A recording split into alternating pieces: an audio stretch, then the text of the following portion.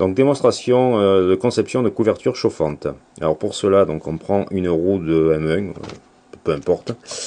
À savoir que faut penser que si vous voulez mettre les valves de frein en photodécoupe, il faudra d'abord donc percer, car une fois que le pneu sera posé, l'opération après sera plus possible. Donc le matériel nécessaire à la conception, donc des outils à sculpter, une lame X-Acto, du milliput, un pinceau gomme et du talc. Donc dans un premier temps, on monte le pneu sur la jante, hein, comme pour une vraie moto, et après donc on va attaquer la sculpture de la couverture proprement dite. Donc on commence par la préparation du milliput, donc deux boules de pâte sensiblement égales. On aura besoin d'un petit peu d'eau. Donc on mélange de manière à obtenir une pâte homogène. On met un petit peu de talc sur les doigts pour éviter que le milliput colle. Et on continue à malaxer. Donc là, à l'aide d'un post-it, on peut utiliser autre chose aussi, on essaie de prendre le gabarit de la roue, la largeur en fait, qui va nous servir à faire la pâte.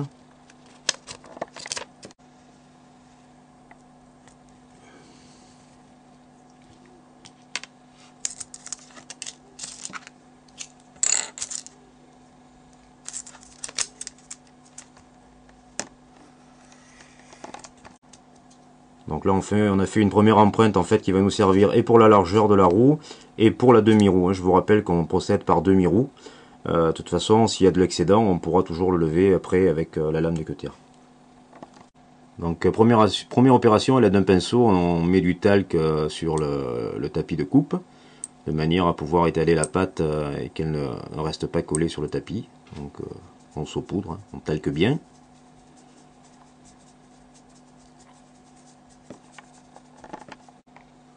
Et après, donc, on fait un boudin avec la main, hein, un boudin de la longueur du gabarit que l'on vient de couper.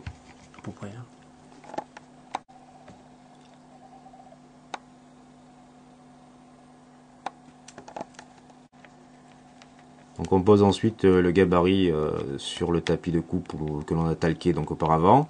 Et là, on l'aplatit de manière à essayer de lui donner une forme, la forme du gabarit qu'on a coupé, à peu près rectangulaire.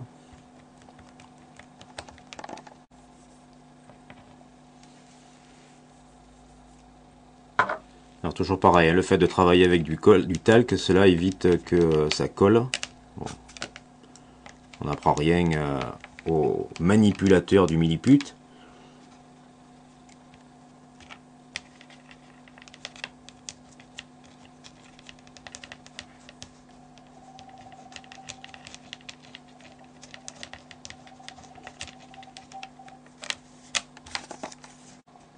Donc là on pose le gabarit dessus et on découpe l'excédent grossièrement hein, à l'aide de la lame X-Acto, de manière à avoir le boudin de milliput à peu près de la largeur et la longueur du gabarit.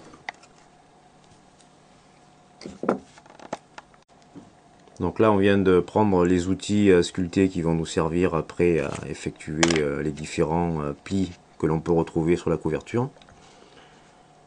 Et là on récupère le boudin de milliput que l'on a fait, en fait la bande de milliput, et on vient la positionner sur le pneu comme en fait une vraie couverture chauffante.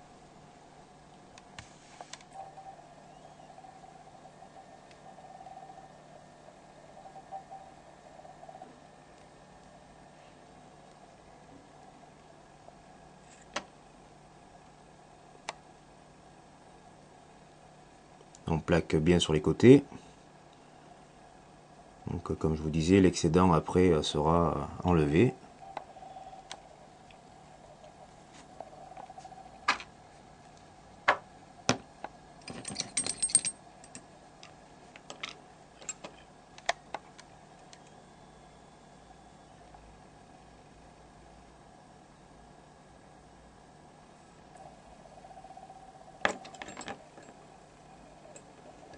Donc une fois le milliput plaqué, on vient, on se sert du gabarit de la jante pour retirer l'excédent de milliput.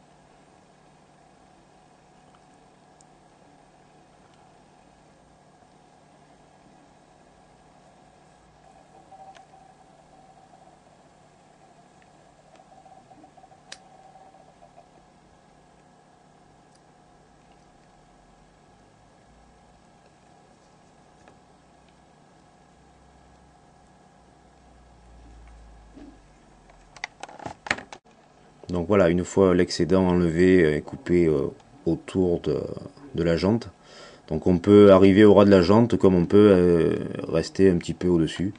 Bon, c'est vrai qu'avec le noir on a du mal à distinguer.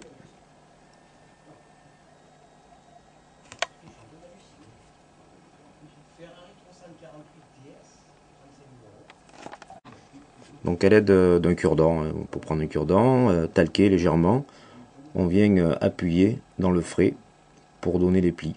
Donc ça c'est à la discrétion de chacun, sachant qu'il faut avoir à l'esprit que contre la jante, c'est-à-dire à ce niveau-là, les plis seront plus rapprochés du fait que la couverture est tendue, alors qu'on aura des plis moins rapprochés sur le pourtour de la couverture chauffante. Donc voilà, là on vient donner des petits coups de cure-dent de manière à sculpter. Alors si on a trop sculpté, ben oui, on ramène un petit peu, donc on a le temps, hein, avec le milliput se travaille relativement longuement, donc on a le temps d'être satisfait du résultat.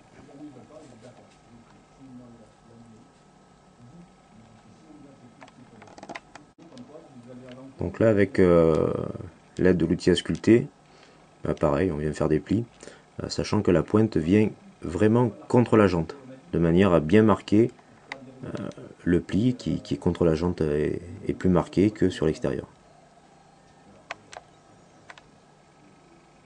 Voilà. Et donc là on continue, bah, tout sur le pourtour, tant qu'on n'est pas satisfait du résultat.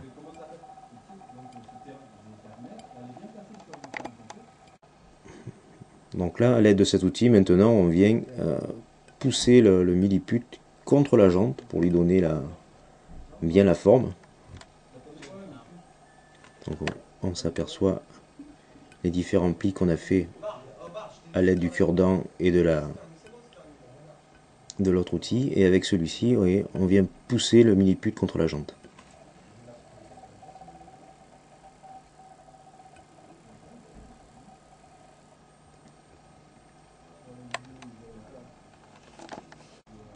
Alors vous pouvez, à l'aide d'un pinceau légèrement humide, venir frotter comme ça de manière à homogénéiser certains plis, et de manière un petit peu à lisser si les plis ont été trop marqués ou si vous n'êtes pas satisfait de certains plis.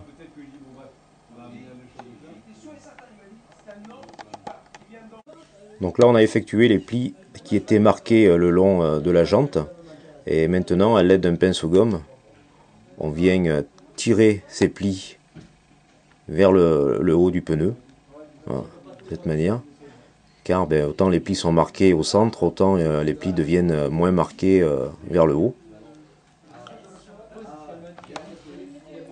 Donc toujours trempé dans l'eau, hein.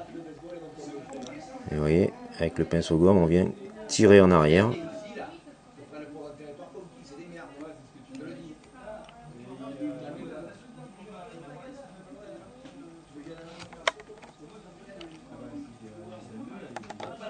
Donc maintenant avec un objet un peu plus lourd ou éventuellement le manche d'un pinceau, voilà, on va venir fouetter sur le dessus du pneu,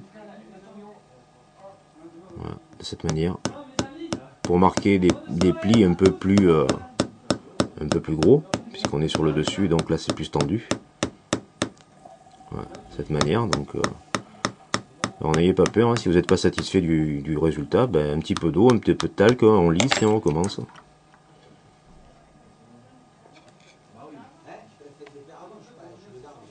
Voilà, de cette manière.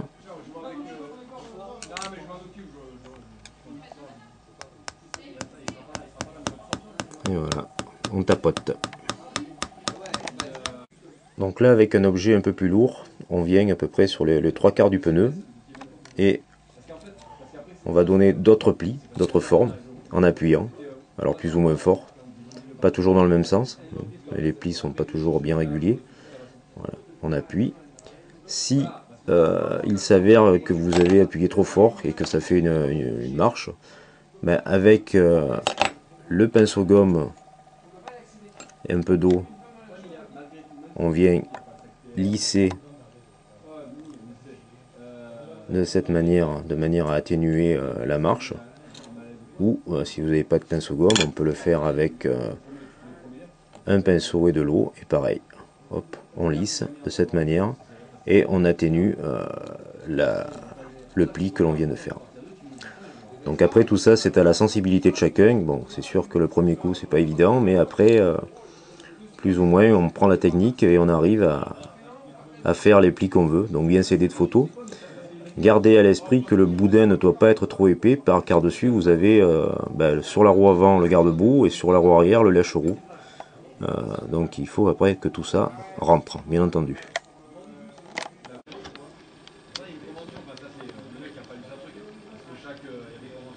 Donc là on voit bien les plis marqués contre le pourtour de la jante et un petit peu plus large sur le dessus. Voilà, donc là après on atténue. Donc là vous pouvez faire aussi un pli qui part sur le pourtour, hein, un petit peu aléatoire, espacé. Et puis on vient toujours pareil, lisser avec le pinceau.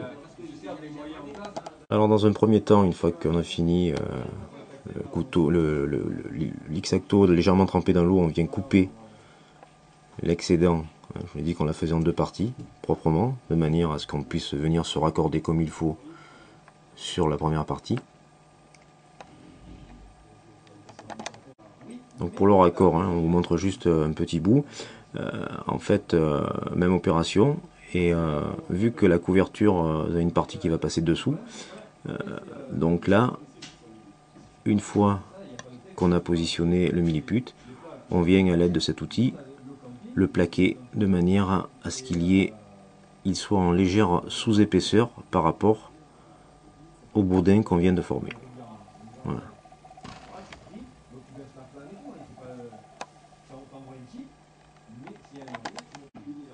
Donc si vous trouvez que on découpe proprement,